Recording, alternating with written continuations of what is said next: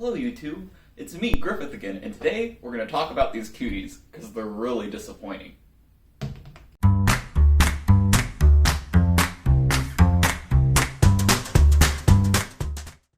Now that I'm done eating that really bland tasting clementine, it's time to talk about today's video. Today I want to talk about something I call internet self-harm. What I mean by internet self-harm is engaging with places on the internet or intentionally visiting pages that you know are going to cause you mental harm. As a trans person, as someone who identifies as non-binary, I do this a lot by visiting conservative websites, very transphobic content, or looking at the YouTube comments section. It was only a few weeks ago where I finally coined a term to this pattern of behavior, and that's when I first realized just how much I was doing it. I started keeping notes on my mental state and why I was engaging in this type of content. And it's helped me to realize how I might be able to prevent myself from doing this. So first we should talk about what are the things that I do to cause internet self-harm to myself. Well, the main things I did was when I was on Reddit, just trying to fill time, I would often visit Gender Critical, which if you don't know is a very transphobic, radical feminist. I say radical feminist in quotes because there's nothing very radical about their feminism except for they hate trans people. And they have a special hatred for assigned male at birth trans people. I know nothing good is going to come out of visiting that subreddit, yet I do it anyways, and I read through lots of posts. All it does is ever make me angry, yet I continue doing it. There was something strangely addictive about it.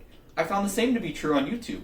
I would start clicking on more transphobic content over and over again, and I would always scroll down to the comment section and read all the comments. It does me no good to read that or engage in that sort of place on the internet, but I continued doing it.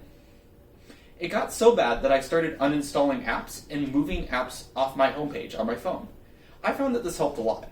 A big reason that I was engaging in this internet self-harm was because I was low on mental energy and didn't have the mental strength to resist this urge. So the harder I can make it for myself to access this type of content, the less likely I am to engage in it. For example, uninstalling Reddit doesn't prevent me from going to Reddit, but it does mean I have to open up my web browser and go to reddit.com, and mobile sites are no fun.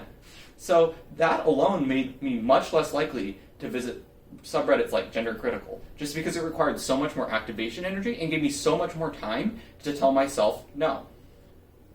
The second thing I did was I tried to prevent myself from reading YouTube comment sections. And I do this on all sorts of videos now, and I also try to recognize why do I look at the comments in the first place. And I came to realize I'm usually doing it because I don't have enough things on my mind. So for example, if I'm watching a YouTube video, I should be doing something else too. I shouldn't just watch a YouTube video.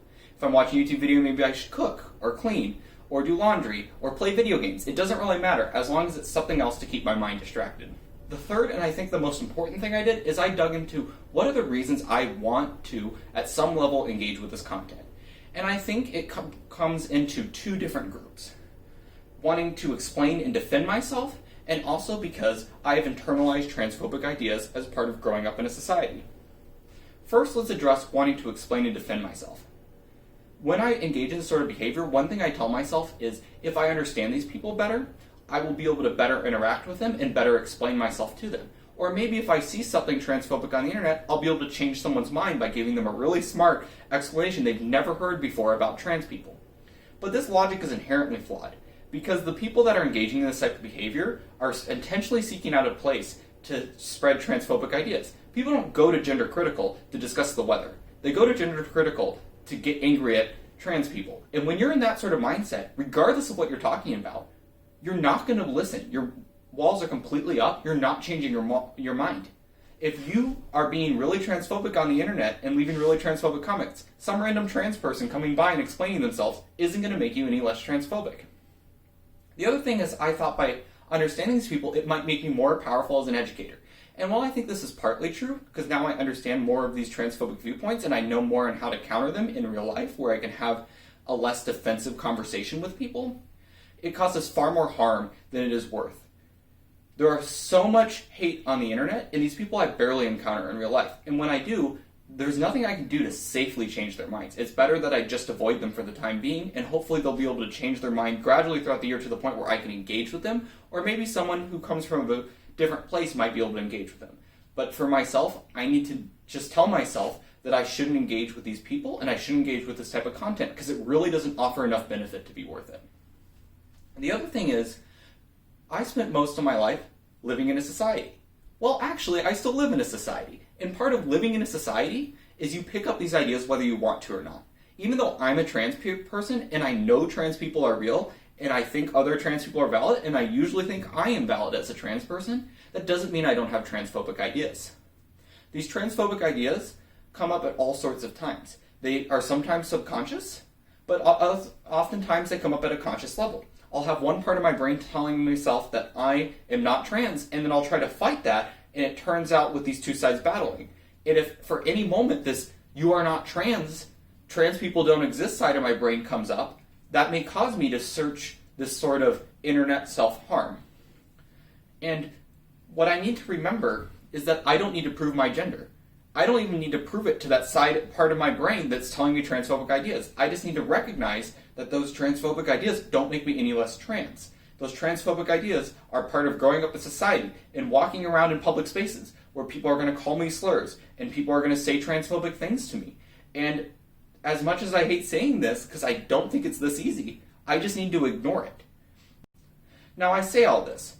I hope I'm not coming across as, yeah, you just need to tell your brain no, because I know how hard that is. Every single time I did this, I was telling my brain no, but I continued to engage in this content. All I can do is try to minimize the things that are going to lead me to this type of content. I had to figure out what reasons I was engaging in this content, what times I was engaging in this content, and I started analyzing this to find out, okay, maybe I don't have these apps installed on my phone. Okay, maybe I start writing these ideas down, that way they can get out of my head and onto paper. I've started taking a notebook. I can write down transphobic ideas in here and never look at them again. They're now trapped inside this notebook. I have another notebook that is just full of validating things my own brain has said about my gender. So when I'm feeling less good, I can look, wow, Griffith thinks I'm valid. They're pretty smart. Should probably do that. And I found that these tactics worked really well for me. Keeping a journal, uninstalling apps from my phone. I hope maybe those tactics can work for you as well. And if you're engaging in this type of behavior, I think it's important that you find out why you're engaging in this type of behavior and you stop it. It's not good for your mental health. So I hope all this rambling was at least a little bit useful to you. If you're engaging in this type of behavior, I hope some of my strategies may be able to help you as well. If not, I hope you can find a way to get yourself out of this content. It is worth saying that you, if you are trans or you're questioning your identity, you are valid, and that visiting these sites is almost certainly not going to help you feel better as a trans person. You're always going to have this kind of transphobia in your brain, and making it louder is not going to help you at all. So yeah, thanks for watching this video. I know this was a pretty heavy topic today. Tried to alleviate that a bit by eating the clementine at the beginning, but hopefully you enjoyed that. If not, it's okay. But I'm going to keep doing it because I enjoy eating clementines. So have a good day, like, subscribe. I hope you can find some of my other content enjoyable. Thank you.